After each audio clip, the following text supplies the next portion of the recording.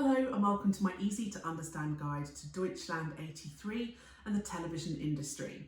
This video is going to be particularly relevant for you if you are studying the AQA A-Level Media Studies specification as it currently appears as a set text. The show was created and pitched by a husband and wife couple, Anna and Jörg Winger, one of whom is American and one of whom is German. So the kind of individual producers, the individual creators that came up with the concept of the show, their cultural backgrounds have obviously had an impact on the way they've written the show and their choices for the narrative. So the series was funded and co-produced by the German TV channel RTL. They're owned by the RTL Group, and in total the RTL Group owns 68 channels and 31 radio stations across Europe. So again, very large organisations at work here.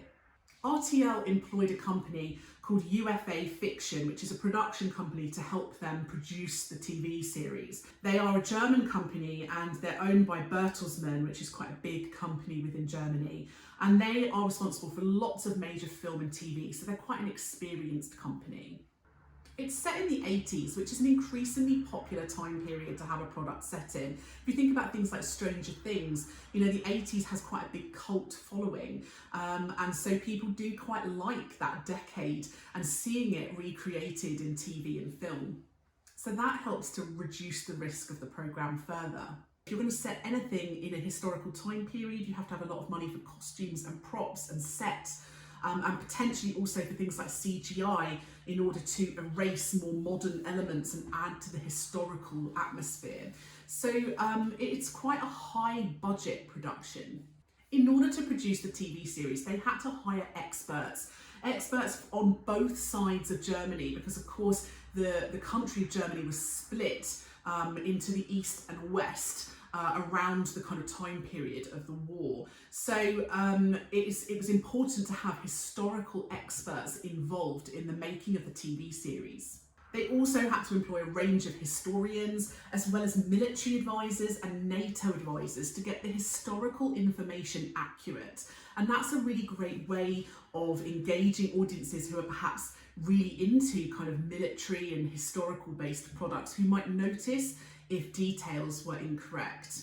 It's also something that you can only really do if you have a good budget, so it wouldn't be possible for smaller companies to be able to do this. Jörg Winger worked at Fremantle Media as part of the RTL group, and he was colleagues with a person who happened to know someone that worked at Sundance TV in America, and that connection allowed them to be able to send the script over to Sundance TV, who were immediately interested in broadcasting the show. This series is special because it is the very first ever German TV programme to be broadcast in America. So Sundance TV is part of the AMC organisation. AMC is a big company. Sundance TV is one of their subsidiaries that is designed specifically to focus on things like world cinema, independent TV, independent films, original programming, and so this is where Deutschland 83 fits quite nicely, because obviously it's a foreign language programme, and it helps to bring together those kind of indie elements and bring them perhaps to an American audience.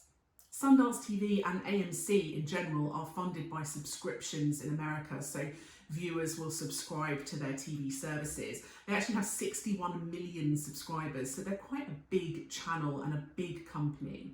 The parent company, AMC, earns around about $3 billion in revenue every single year.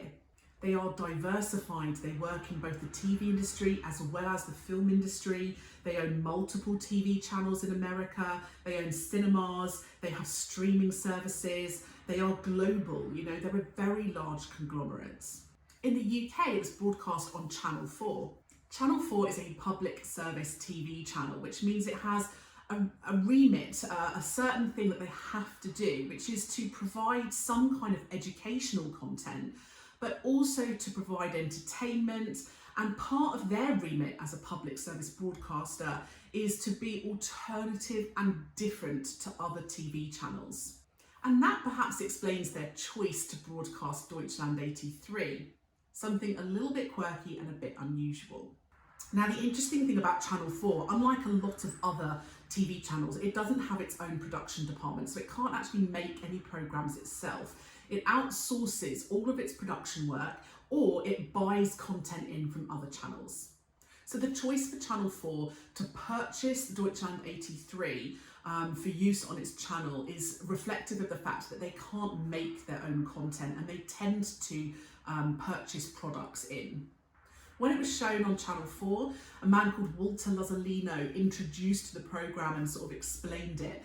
Now, Walter does this thing where it's called Walter Presents. It's known as being something where he introduces more cultured programmes to audiences and kind of explains a little bit of context about them.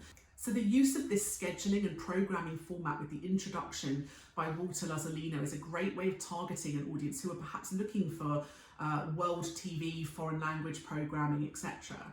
Foreign language programming can be quite risky. You know, a lot of audiences just don't like reading from subtitles, or they don't like dubbed programs.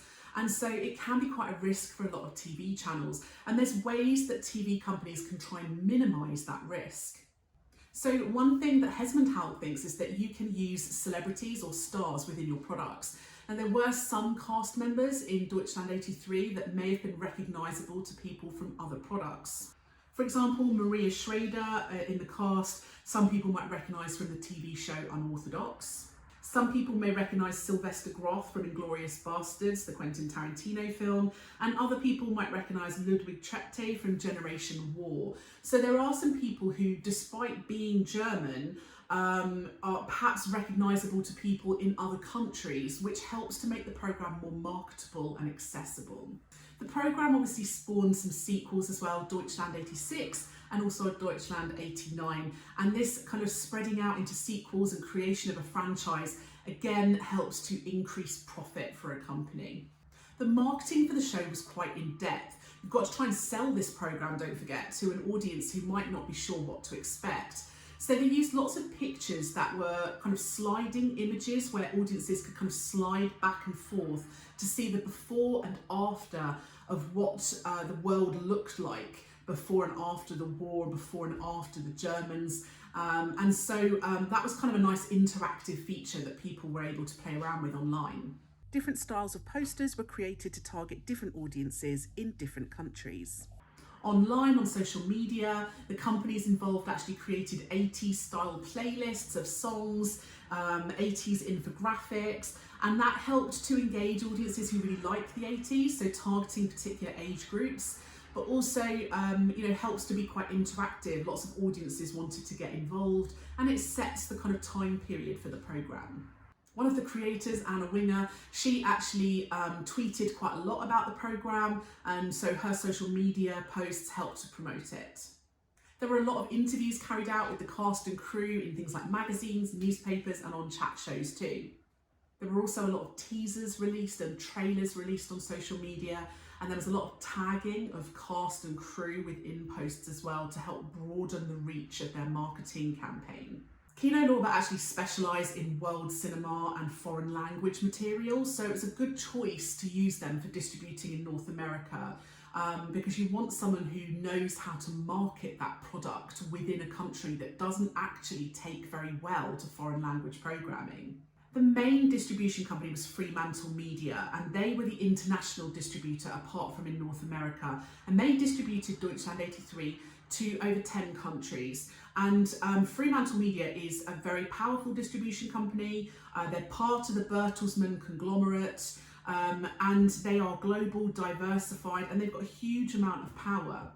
So it means that they were able to distribute to quite a wide audience. So that was my easy to understand guide to Deutschland 83 and the TV industry. Don't forget to check out my channel for more information and videos that might be useful to you. And if you've got any videos you would like that I don't already have, just leave a little comment below and I'll see what I can do.